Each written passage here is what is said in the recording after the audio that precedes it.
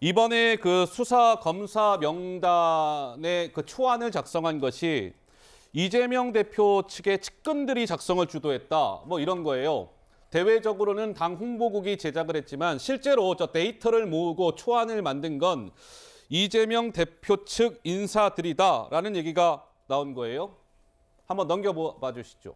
그래서 이재명 의원실의 보좌관이 민주당 법제사법위원회 관계자한테 지난 21일에 야, 우리가 가지고 있던 이재명 수사 검사들의 이름과 배치표 자료를 좀 업데이트하고 싶다라고 얘기했고 업데이트된 자료가 오자 이틀 후에 실제로 저 웹자보에 게재가 됐다는 거예요. 21일 날 요청했고 23일 날 공개가 됐으니까요. 뭐 이런 얘기까지 나왔습니다. 복귀왕 위원장께서는 좀 어떻게 보세요? 이번 이 명단 공개. 지금까지 없었던 어찌 보면 검찰에 대해서 공격적인 정치권의 도발 뭐 이렇게 보일 수 있을 텐데요. 예. 한동훈 장관이 그런 말을 했습니다. 검사 개개인이 독립적 헌법기관이다. 맞지요? 독립적 수사기관이니까. 그런 것처럼 뒤에 숨어서 수사하는 게 아니지 않습니까? 지금 민주당에서 이렇게 반발할 수 있도록 명분을 사실 검찰이 제공을 한 거예요. 아까 그 전혜연 평론가 얘기한 것처럼 예. 과연 공정한가? 승자는 수사 안 하고 패자만 왜 수사하는가? 과연 정의로운가? 왜 패자에 대해서는 온 가족까지 이렇게 다 수사해야 되는가? 라는 의문이 있고 이것 때문에 사실 국민들이 정치 탄압이다 이렇게 얘기를 하고 있습니다. 그래서 저는 이번에 검찰들의 어떤 그 명단 공개나 이런 것들이 향후에 공정한 수사를 위한 어떤 제도적 장치를 마련하는 이런 어떤 논쟁으로 연결되기를 저는 바라면서 동시에 저는 두 가지 사건을 좀 기억하고 있습니다. 하나는 김기설 씨 유서대필 사건, 강기훈 씨 사건이라고 기억하고 있는데 그때 검찰이 그 조작에 참여했던 검사들 출세했어요. 정치권에도 들어오고. 네. 그리고 또 서울시 공무원 유우성 씨 간첩 조작 사건에 관여했던 검사 이분도 출세했어요. 그러니까 정의롭지 못한 수사를 하고 그 정의롭지 못한 수사를 본인들의 출세의 도구로 삼는 그러한 행태들만 저는 뿌리 뽑혀진다면 저는 이렇게 이름과 명단이 공개되는 것에 대해서 전혀 두려워할 일이 아니다라는 말씀 드리고 싶습니다. 예, 혹시 반론하시겠습니까? 아니, 당연하죠. 두려워할 일이 아니에요. 왜냐하면 그거 다 공개된 자료예요. 근데 지금 정의롭지 못한 수사라고 얘기를 하셨지만 아니 대장동 백현동 수사가 왜 정의롭지 못한 수사입니까? 법인카드를 그 함부로 사용한 것들을 수사하는 것들이 그게 정의롭지 못한 수사인가요? 그 조직폭력배 두목이 지금 외국으로 도망가 있는데 쌍방울 변호사비 대납 수사를 하는 것이 왜 정의롭지 못한 수사인지를 전혀 이해할 수가 없고요. 그리고 거기서 수사 결과가 나오면 그걸 가지고서 재판정에서 공방이 벌어질 거예요.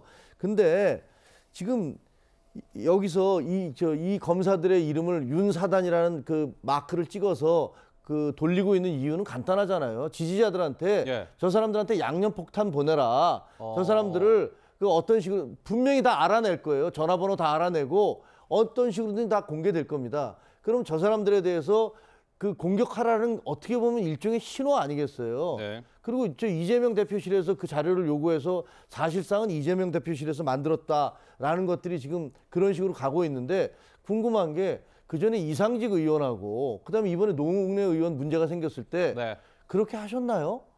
아니 왜 그분들에 대해서는 그분들도 억울하다고 주장하는데 왜 그분들에 대해서는 그럼 그때는 안 하셨습니까? 그 왜 그러면 지금 이재명 대표에 대해서만 갑작스럽게 그 정의로운 수사를 해야 된다라면서 그런 말씀을 하시나요? 네. 그러니까 이것은 결국은 방탄에 불과한 것이다. 이렇게밖에 얘기할 수가 없습니다. 예.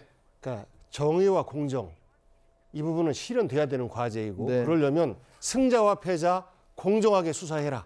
라는 말씀, 우리 국민들이 무슨 말씀인지 알 겁니다. 공정하게 수사해라. 아마도 뭐 김건희 여사 뭐 관련 수사 등등을 말씀하시는 것 같고 어쨌든 뭐 지금 이렇게 공방이 이어지고 있는 가운데 뭐 또 좀 이런 얘기도 나왔습니다. 한번 보시죠.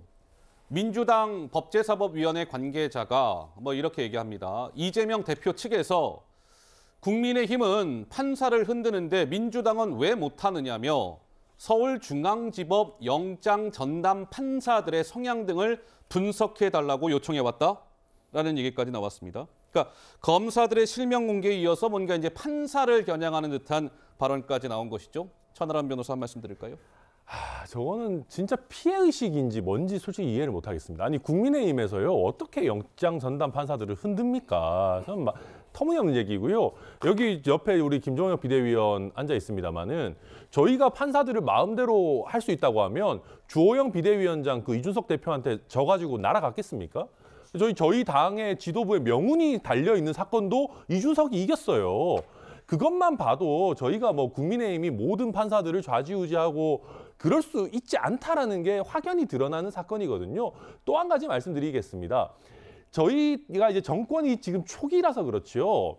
뭐 저희도 만약에 정말 무슨 문제가 있고 뭐 하면요. 법원 안 봐줍니다. 과거에 살아있는 정권에 대한 수사도 다 이루어졌고 법원에서 봤을 때 구속해야 되고 처벌해야 되면 처벌들이 다 이루어졌거든요. 지금 본인들에게 칼끝이 와 있고 본인들의 잘못이 드러나고 있을 뿐이지 뭐 여당은 수사 안 하고 야당은 수사한다? 저는 그거는 정말 터무니없는 얘기고 예. 검찰은 그렇다 치고 판사에게까지 저런 식으로 하고 뭐 판사 낙인찍기 하려는 거는 정말 터무니없는 일이다 생각합니다. 예, 전평론가. 예. 예, 뭐 사법부를 흔들려는 어떤 시도가 있다면 그것은 여야를 구분하고 하지 말아야겠죠. 그런데 우리가 사면 얘기를 한번 돌아가 볼까요? 우리가 상권 분립, 대법원에서 이명박 전 대통령에게 17년형 내리지 않았습니까? 그런데 윤석열 대통령 여론도 과히 좋지 않은 것으로 알려진 이명박 전 대통령에 대해서 15년형에 대해서 지금 사면을 내렸습니다. 그래서 예. 지금 상황에서 그런 말할 시기는 아니다. 좀 그런 생각이 드네요. 예. 알겠습니다. 뭐 민주당 편 검사가 따로 있고 뭐 국민의힘 편 검사가 따로 있고 그런 거 아니잖아요. 근데 어쨌든 정치권에서 이런 공방이 좀 벌어지고 있는 부분, 뭐 아마 우리 시청하고 계시는 시청자 여러분들께서도 참 뒷맛이 씁쓸하다, 뭐 이런 느낌을 가지신 분들 많으실 겁니다.